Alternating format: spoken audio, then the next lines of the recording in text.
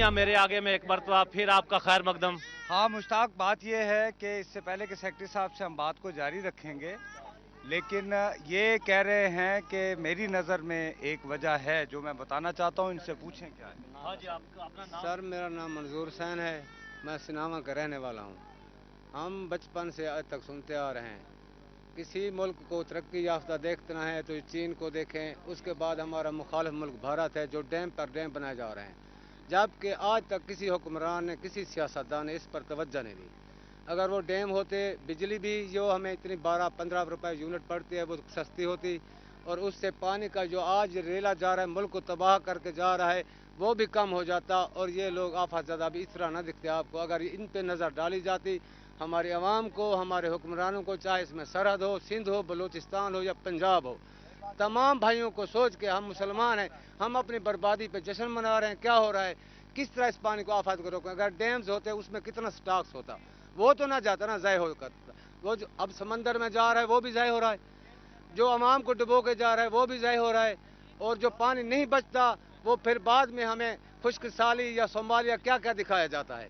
اگر ان پہ توجہ دی جائے تو ہمارا ملک بھی خوشحال ہو سکتا ہے، یہ عوام بھی خوشحال ہو سکتی ہے.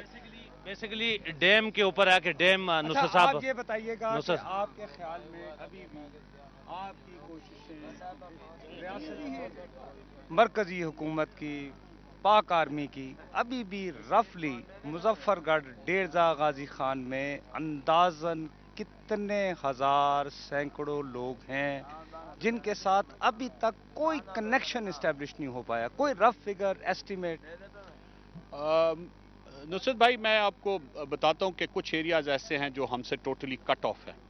یہ ایک انفارچونیٹ بات ہے کہ جب یہ سیلاب آیا تو اس وقت خیبر پختونخوا میں بھی اتنا شدید سیلاب تھا کہ جو آرمی کے ہیلی کاپٹرز تھے ان کی اکثریت وہاں پہ مصروف تھی، اور وہاں کی چونکہ ٹرین ہمارے سے زیادہ ڈیفیکلٹ ٹرین تھی تو میں یقینی بات ہے کہ وہاں پہ ان کی ضرورت بھی زیادہ تھی.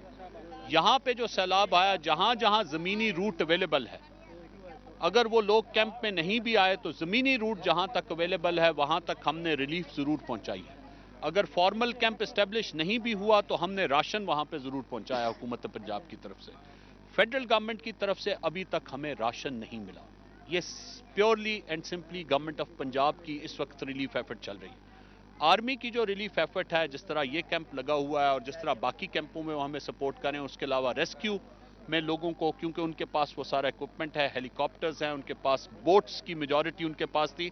ہمارے پاس صرف 2 آرگنائزیشنز تھیں جن کے پاس لمیٹڈ نمبر آف بوٹس تھا. ایک سول ڈیفنس جس کے پاس 2 بوٹس تھیں، اور دوسری 1122. اور میں آپ کو honestly hats off to rescue ji 1122 hats off to them کہ انہوں نے بلا انت تک جتنا انہوں نے کام کیا ہے میں سمجھتا ہوں. اس کے علاوہ بے شمار دوسری آرگنائزیشنز نے، جو ہمارے پولیس کے جوانوں نے کئی جگہ پہ، یہ سناوا میں یہ لوگ جو بھی یہاں پہ ہیں ان میں سے ضرور کوئی اس بات کی شہادت دے گا کہ 6 گھنٹے تک پولیس خود انڈیویجولی جا کے ریسکیو کرتی رہی.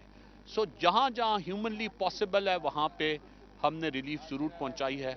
انفارچونیٹ بات یہ ہوئی کہ درمیان میں موسم مستقل بار بار خراب ہوتا رہا اور ہیلی فلائٹس کا ہمیں موقع نہیں ملا. 2 مرتبہ وزیر اعلیٰ پنجاب نے اپنا ہیلی کاپٹر ہمارے حوالے کیا کہ مظفر گڑھ کے جن لوگوں کے پاس اب تک ریلیف اور راشن نہیں پہنچ سکا ان کو ایریل ڈراپ کیا جائے. لیکن دونوں مرتبہ موسم اتنا خراب ہوا کہ ہیلی کاپٹر آنے کے باوجود فلائی نہیں کر سکا.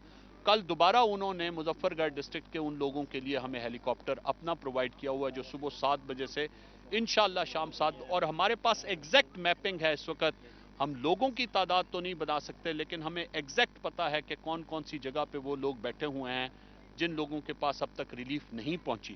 پرابلم یہ ہے کہ اگر لوگ ہماری بات نہیں مانیں گے تو ان لوگوں کی تعداد میں اضافہ ہوتا رہے گا.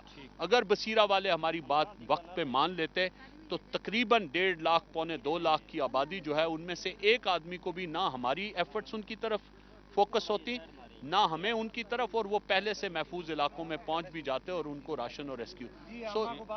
جی بہت بہت شکریہ فواد حسن. فواد ابھی جی آگے آ جائیں کیونکہ سارے مکان بھیا گھر ایک کشانی بچی ساکو کے امداد ملی ونے ناز میں کنا دے ون ساکو بینک جی ملیا ونے جڑا پیسہ ملیا ونے. جس وقت آپ کو وہ ابھی آپ کو راشن مل رہا ہے؟ یہاں راشن ملتا پہ ہر شہر درے ہے. اور کیا چیز چاہیے؟